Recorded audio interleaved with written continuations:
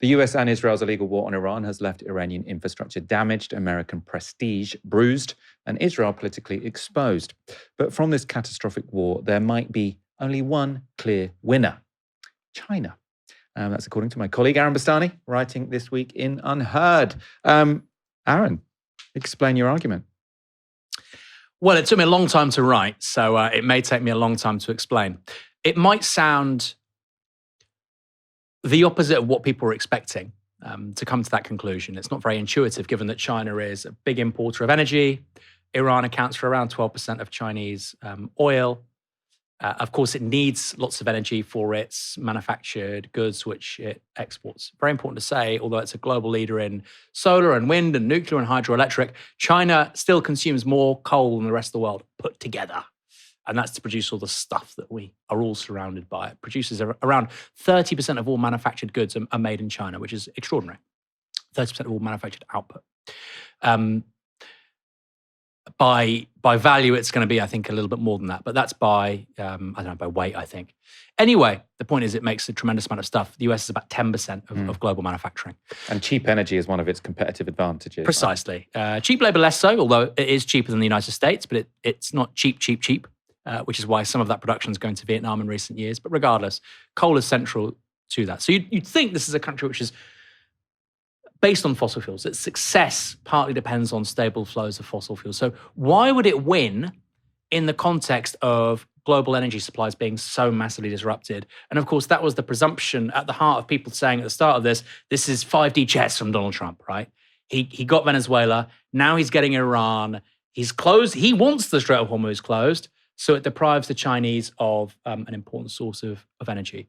A few points.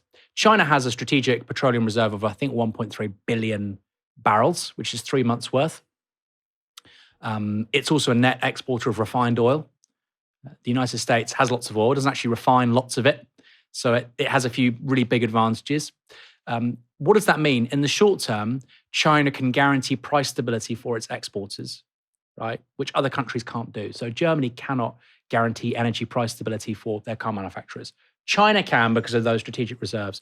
That gives their exporters another advantage. So they can keep their input price stable, which means that your output price is also stable, whereas the German car manufacturers, their prices will have to go up, right? So that's one advantage that China has with regards to its exporting base, these industrial businesses that are at the heart of its economy now, BYD and Xiaomi and the solar panels and the lithium-ion batteries. 90% of all solar panels globally, this is a crazy stat, are made in China. So it's less vulnerable than we initially think. And it's certainly less vulnerable than the likes of Japan, South Korea, although Japan has a huge reserve itself, South Korea, Taiwan, Europe. Actually, the really big losers from this idiotic war have been those regions, plus, of course, the Gulf. So the major allied regions of US empire are the biggest losers. It's not China. The biggest losers are Gulf region, East Asia, America-aligned East Asia, and Europe. America-aligned Europe as well, right? Now, okay, so it's not as bad for China as people might think. Why is it good? How are they the winners? Well, people are realizing that dependence on globalized energy chains for fossil fuels aren't advantageous, not least because the price can be very volatile, as we've all seen, right?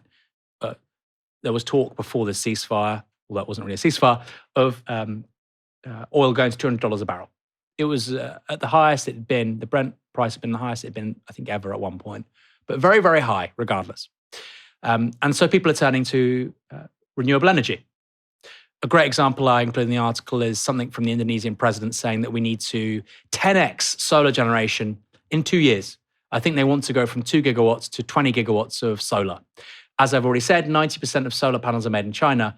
That is a huge bonanza for Chinese solar panel exporters, right? Not just those guys, also lithium-ion battery exporters. 6 of the 10 biggest companies in the world that sell lithium-ion batteries are Chinese. The top 2, I think it's CATL and BYD, also the car company, are the 2 big battery manufacturers. You see the same in many countries. The South Korean president said something similar. You're seeing, again, an agenda to electrify transport.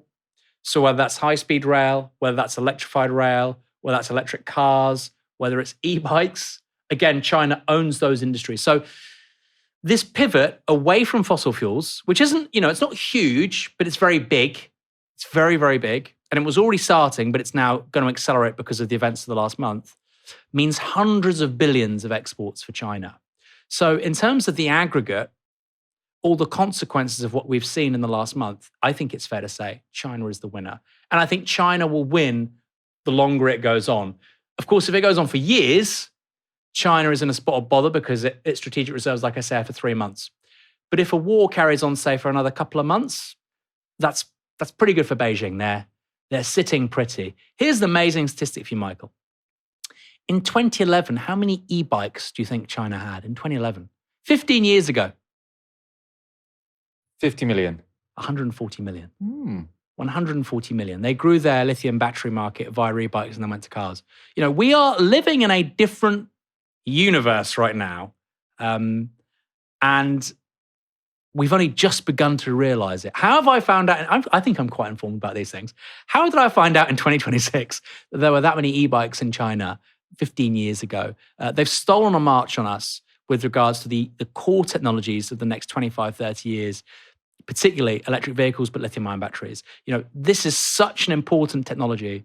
And not only have they secured the outproduct of the actual lithium-ion battery, they have the complete supply chain. So on things like cobalt, Chinese companies, Chinese firms basically account for around 50% of ownership. Much of that's coming from Congo, but a lot more of the refined product of cobalt. You need cobalt to make the diode for a lithium-ion battery. Other metals too, tantalum I think is one. Again, they have a lot of the supply chain. So China made a bet on these technologies. They've been proven right. And like any bet, if you put a lot down and you're proven correct, you take even more back.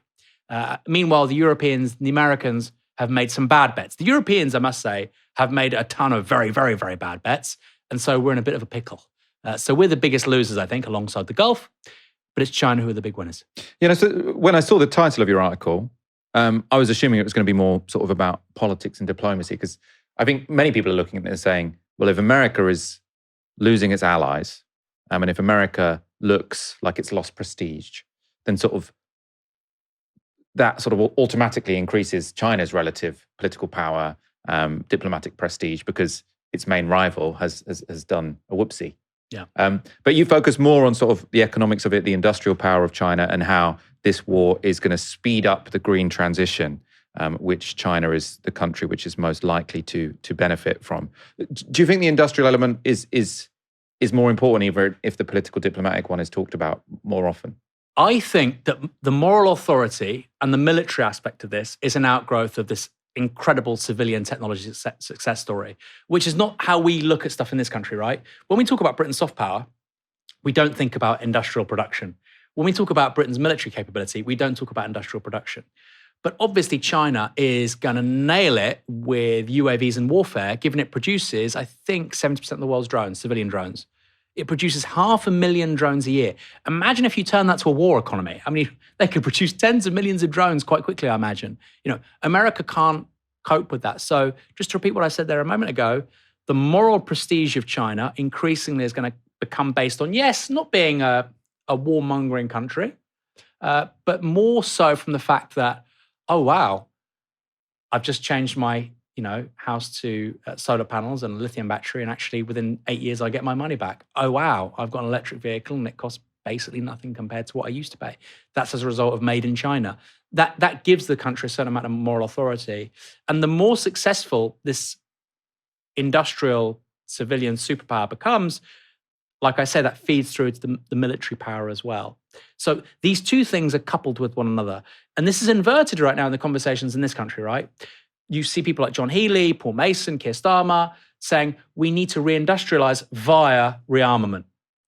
Actually, China is just doing the industrialization bit, and that feeds through to much cheaper products that are very useful in a military environment. So I think we've got the last 25 years wrong, but I also think this country, if people like John Healey win the debate there, right, I think we've learned the wrong lessons of the last 30 days, which is really terrifying. So China is proving how to do, as it has done for a long time, it's proving that sort of that conveyor belt from industrial production and capability through to military power. and we're still not learning that lesson. Britain needs to be self-sufficient in steel. It needs to have cheap energy. Where are you going to get that from? We can talk about that. It needs to probably be producing at least some microprocessors in this country. These are the kinds of things we need to be talking about. Is it going to be self-sufficient in microprocessors? No. I don't think it should be, right? Should Britain be able to make 5% of its own microprocessor, needs? Should it be able to, at a bare, minimum, have enough microprocessors to help the MOD? Is it not Probably. Is it not a bit all or nothing with? Because my understanding was that, so by microprocessors you're talking about chips, right? Integrated circuits. And my understanding with chips, the reason why Taiwan dominates the global market is because it's really goddamn difficult. And if you're good enough to build 5% of your own chips, you're probably going to be good enough to build 100%. So it's sort of like, do you really want to make 5% of your chips be a kind of shitty British version? Yeah. So the chips that TSMC make, the Taiwanese company, are these very, very cutting edge chips, the ones that you would see, for instance, in NVIDIA products. So NVIDIA designs the chip and then TSMC fabricate them. So does Samsung. I don't think Britain can or could make that stuff. A fab lab for these chips is about 20, 30 billion US dollars, right? There's a lot of money. Britain should be able to make less complex chips that go into things like EVs. We already do, by the way, actually. I think we should double down on that. The French make them as well. So I think we should be able to make certain kinds of microprocessors that you need for UAVs, for cars. The cutting edge chips, no. And that's an important clarification, actually. Steel, we should be able to make these things, I think. Because the British model at the moment is to say we'll be a service economy with a big military, which is kind of the idea, I think, as far as I can tell. And you're saying that doesn't really work because you can't have a strong military without a strong industrial base. You can't have a military. I mean, you can't have a military, and this is really key. Look at the United States. So, and they're in a different situation to the UK, of course. How many kilos of rare earth metals do you think go into an F-35? 2,000. No, that's not 2,000. Okay, you undermine me there. It's hundreds of kilos. I think maybe an F-35 doesn't weigh 2,000 kilos. Maybe it does. I don't know, but it's hundreds of kilos of rare earth metals go into an F-35. The United States have 2 months worth of reserves. Now they're trying to change that, right? That won't be easy though, and I think this is really key. So you can build. Again, we don't have the political conversation around this stuff happening in this country. We need more aircraft carriers. But if all the microprocessors and all the rare earths are coming from China and the United States or Australia or wherever, so what? There's a war, it gets damaged, you can't rebuild the bloody thing. Right? But there's no conversation going on about this stuff. And that, the credit of the Iranians, was the genius of their supply chains. They just said, we're going to focus on ballistic missiles. We're going to have the whole supply chain domestically. We can just basically produce infinity numbers of these things. That was a stratagem, and it worked. The stratagem in this country is, like you say, we're a service economy with a big military, which that model, I should add, is premised on US empire. We have done very well for certain parts of the last 50 years by basically having bits of US finance capital outsourced to London. We've done pretty well out of it, actually, or London certainly has. But the flip side to that was we need to be the subordinate for US foreign policy choices. We need to do everything they say. But maybe we don't want to do everything they say, as we're seeing right now with Trump. But we don't get that option if that's our economic model. So we have a military where we have no control of the supply chains. We have an economic model where we have to buy into insane defense choices made by our ally. I don't think it should be our ally by default. And none of this is working. And you can't solve one of these parts of the problem without solving the others. You can't say, we need to move, we need to rearm. I don't think we need to rearm. We spend 60 billion a year and we've got literally nothing to show for it. The French spend 10 billion euro a year less than we do. I think they have a much better military in terms of its outputs. And people are going to have these conversations. Maybe you want to save money. Maybe you want to spend less on defense, but you could get a lot more for what we're spending. So these three things, and as somebody who's on the left, these three things I think have to be understood through the prism of industrial production, which nobody in this country cares about, right? Everybody wants, Dragon's Den, a new widget for walking dogs or something. I mean, the argument that would potentially be made by someone who follows sort of Chinese political economy very closely is that they have, to have this fantastic industrial economy, yes, they've had a much stronger state than we have here, which is a fairly sort of left-wing thing to want. They also have a state which really doesn't concern itself too much with transfers to poorer people, transfers to disabled people, strong state pensions. They've decided that the purpose of a state is to increase the forces of production. Yeah. And they are much less generous when it comes to transfers, healthcare, sort of the kind of things that improve the quality of life of someone sort of that's not a bridge being built. Yeah. You know? And my guess would be that if we switched in that kind of direction in this country, people on the left and people on the right, basically the whole population would be saying, every party has now said the triple lock can't go.